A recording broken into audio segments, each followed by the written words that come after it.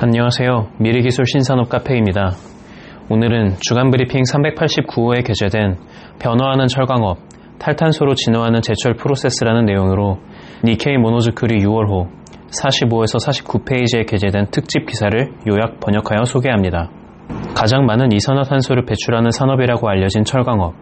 철강업에서 탈탄소화는 매우 중요한 과제로 전 세계에서 개발 경쟁이 벌어지고 있습니다. 일본은 지금까지 용광로를 사용한 제철 프로세스가 주요했지만 현재는 변화를 앞두고 있습니다. 일본의 철강업이 탈탄소화에 어떻게 움직일 것인가, 비장의 카드가 될 대형 전기로의 개발이나 용광로의 수소 환원 기술 등 각 제철소의 전략을 소개해드리겠습니다. 탈탄소화 흐름에 발맞춰 철강업의 제철 프로세스가 전환점을 맞이하고 있습니다.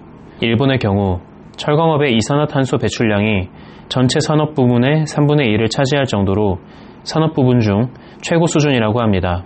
전 세계에서 탄소 중립, 온난화 가스 배출량 실질 제로 실현을 목표로 하는 가운데 많은 이산화탄소를 배출하는 철강업의 탈탄소화는 더 이상 미룰 수 없습니다. 일본이 강점으로 내세우는 자동차용 고급 강제는 용광로를 사용해 염가로 대량 제조가 가능한 한편 원료인 철광석을 코크스, 석탄을 고온 건류한 것으로 환원하는 공정에서 이산화탄소가 대량으로 발생합니다. 기존의 방법으로 용광로를 계속 사용한다면 환경 부담이 큰 강제는 머지않아 시장에서 용인되지 않을 것이고 그 결과 국제 경쟁력을 잃을 수도 있습니다. 고로를 보유한 철강 대기업은 사업 지속을 위해서라도 서둘러 대응을 강구할 필요가 있습니다. 이러한 가운데 제철 공정의 탈탄소화 경쟁은 전 세계에서 가속화되고 있습니다.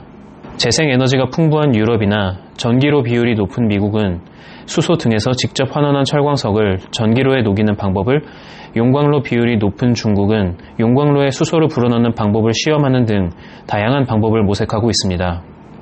조강 생산량의 70%가 용광로에 의존하고 있는 일본은 수소를 활용한 용광로에서의 탈탄소화 방법이나 고급강을 제조할 수 있는 대형 전기로를 전환하는 등 다양한 접근법을 고안하여 개발을 추진하고 있습니다. 현재 개발 중인 탈탄소화 방법은 용광로법과 전기로법으로 나뉩니다. 기존의 용광로법을 활용하면서 이산화탄소의 삭감을 노리는 것이 수소 환원 기술입니다. 용광로 내에 환원제인 수소를 직접 또는 간접적으로 불어넣어 사용하는 코크스의 양을 줄이고 이산화탄소 배출량을 억제하는 방법으로 일본 제철과 JFE 홀딩스 산하의 JFE 스틸이 중심이 되어 개발하고 있습니다. 한편 철 스크랩 등을 전기로 녹여 용광을 뽑아내는 전기로법은 환원 반응을 거치지 않습니다. 그렇기 때문에 용광로법과 비료에 이산화탄소를 4분의 1 정도로 줄일 수 있습니다. 원료로 제철소나 시중에서 나온 철 스크랩을 활용하는 것 외에 샤프트로에서 미리 철광석을 천연가스나 수소로 환원한 직접 환원철을 사용하는 수소 직접 환원 기술도 검토되고 있습니다. 수소를 이용한 환원철 제조에는 고배 제강소가 강세를 띠고 있습니다. 각 방법에는 장단점이 있지만 그 중에서도 장래성이 있는 것은 대형 전기로의 활용입니다. 용광로의 조강 생산량을 공급할 수 있을 정도의 대형 전기로는 아직 없지만 이산화탄소 삭감 효과가 높은 것은 물론 원리 자체는 이미 확립되어 있기 때문입니다. 전기로화가 진행되면 원료의 철 스크랩 등을 활용하기 때문에 용광로법에서 필요한 철광석이나 원료탄의 수입량이 줄어 재료 수급의 리스크도 줄일 수 있습니다. 유럽과 미국 등에는 전기로의 활용이 기정 노선이 되어가고 있습니다. 미쓰비시 종합연구소의 사토 연구원은 수소 환원 제철 도입에 수반하는 용광로에서의 탈탄소화는 CCS, 카본 다이옥사이드 캡처 앤 스토리지, 이산화탄소 포집 및 저장 등과 조합하지 않는 한 과도기적인 것이 될 것이다 라고 전했습니다. 용광로 수소 환원 기술에서는 수소의 투입량이 증가하면 환원 반응이 일어나기 어려워져 이산화탄소 배출 삭감량은 한계점이 있기 때문에 이산화탄소 배출량 삭감 효과는 전기로법이 우세합니다. 더불어 용광로법의 탈탄소화에는 수소의 안정 조달이라는 과제가 있어 현 시점에서 불확실성이 높습니다. 재생에너지 자원이 부족한 일본에서는 그린 수소를 제조하기 어렵고 수입에 의존하지 않을 수 없기 때문에 비용이 비싸질 것으로 예상됩니다. 이 때문에 철강 기업은 용광로의 수소 환원 실용화는 어디까지나 수소를 저렴하게 조달할 수 있다는 것이 전제라는 입장입니다. 실제로 철강 기업은 용광로에서의 수소 환원은 물론 전기로로 전환하기 위한 계획도 내놓고 있습니다. 예를 들면 일본 제철은 2030년까지 규슈 제철소 야와타 지구와 세토우치 제철소 히로와타 지구의 2개 거점에서 용광로에서 전기로로 전환하는 것을 계획 중이며 JFE 스틸이나 고베 제강도 2030년 전후로 전기로로 전환하는 것을 검토 중입니다. 전기로로의 전환으로 인해 전기로 제조업체는 사업 기회를 맞이하고 있습니다. 전기로 제조 기업인 도쿄제철은 지금까지 주로 건설 자재용으로 전기로 제품을 제공해 왔지만 자동차용 고급 강제에도 진출해 2025년까지 양산, 공급을 목표로 하고 있습니다.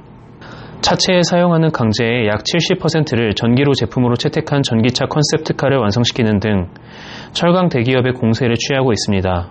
미쓰비시 종합연구소의 사토 연구원에 따르면 앞으로 철강 대기업에 의한 전기로 전환이 진행되면 일본에서의 전기로 비율은 높아질 전망입니다.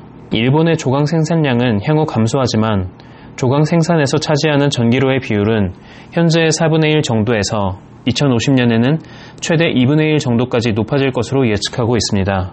세계에서는 이미 전기로에서 사용하는 철 스크랩을 둘러싼 쟁탈이 시작되었습니다. 대형 전기로에서 고급강을 만들기 위해서는 고품질의 철 스크랩을 입수할 필요가 있습니다.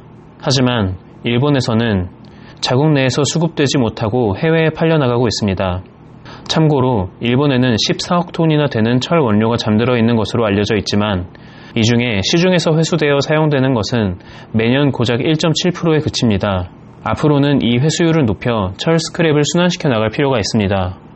전기로에 의한 탈탄소화에는 카본 프리, 탄소 배출을 하지 않는 전력을 어떻게 조달하는가 라는 과제와 함께 기술적인 문제도 놓여 있습니다. 현재 사용되고 있는 전기로는 소형 전기로가 주체이며 거기서 만들어지는 강제의 대부분은 건축 자재용입니다. 전기로를 대형화해 고급강을 만들 수 있도록 하려면 철 스크랩에 포함된 불순물을 제어하는 기술과 고효율로 철을 뽑아내는 기술의 개발이 필요합니다. 불순물이 많은 철 스크랩을 주 원료로 하는 전기로의 경우 대형화를 하면 성분 조정이 어렵다고 합니다. 그 때문에 불순물을 많이 포함하는 철 스크랩과 함께 순수한 철에 가까운 직접 환원 철을 섞는 방법도 검토되고 있습니다. 다만 직접 환원 철은 스크랩에 비해 잘 녹지 않기 때문에 양자를 어떻게 배분해 성분을 조정하는지가 각 사의 경쟁력으로 이어질 것입니다. 참고로 용광로법에서는 용광로에서 나온 불순물이 적은 선철을 사용하고 후공정의 전로에서 정련한 다음 첨가제를 더하는 등으로 조성을 조정하고 있기 때문에 정확도가 높은 조성 제어가 가능합니다. 대형화를 고려할 경우 전기로를 개발하는 기계업체나 전원 설비를 공급하는 전기업체의 협력도 빼놓을 수 없습니다. 내구성이 높은 로의 개발이나 전압 플리커로 불리는 조명의 깜빡거림 현상 등에 대처할 수 있는 새로운 전원 시스템의 개발이 시급합니다. 지금 철강업계에서 큰 관심을 모으고 있는 것은 니폰 스틸, 일본 제철의 미국 철강 대기업 US 스틸 인수 제안일 것입니다. 인수 금액은 2조엔 규모로 알려져 있습니다. 니폰 스틸은 글로벌 사업을 가속하기 위해 미국 시장을 수중에 넣으려 하고 있습니다. 2024년 11월에 미국 대통령 선거를 앞두고 문제가 정치화되고 있는 점에만 주목하는 경향이 있지만 사실 이 인수는 니폰 스틸의 탈탄소화 전략과도 연관이 있습니다. US 스틸의 전기로 업체인 빅 리버 스틸을 인수하여 전기료 기술을 보유하고 있으며 전기로 프로세스에 강할 뿐만 아니라 천연가스 기반의 직접 환원철도 제조하고 있습니다. 니폰 스틸의 인수에는 탈탄소 기술을 이미 보유한 US 스틸의 기술을 이용해 탈탄소화를 추진하려는 의도가 엿보입니다. 인수한 후에는 전기로 등에 14억 달러 투자할 계획도 갖고 있습니다. 한편으로는 미국에서 클린 에너지를 사용해 제조한 직접 환원철을 일본에 수입해 대형 전기로의 원료로 쓰는 것 아니냐는 전문가들의 평가도 있습니다. 다만 인수의 성패는 불투명합니다.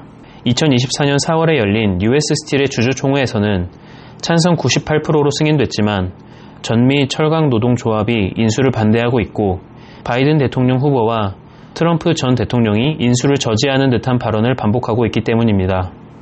또한 니폰 스틸은 미국 기업결합심사에서 미국 법무부로부터 제2차 자료 청구를 받아 내용을 정밀 조사한 결과 당초 예상보다 긴 시간이 필요하다고 판단하여 인수 완료 예정 시기를 당초 2024년 7월에서 9월에서 같은 해에 10월부터 12월로 연기했습니다. 이상으로 요약 소개를 마치며 보다 상세한 내용은 센터 홈페이지 hjtic.snu.ac.kr의 미래기술 신산업 코너를 참고해 주시기 바랍니다. 감사합니다.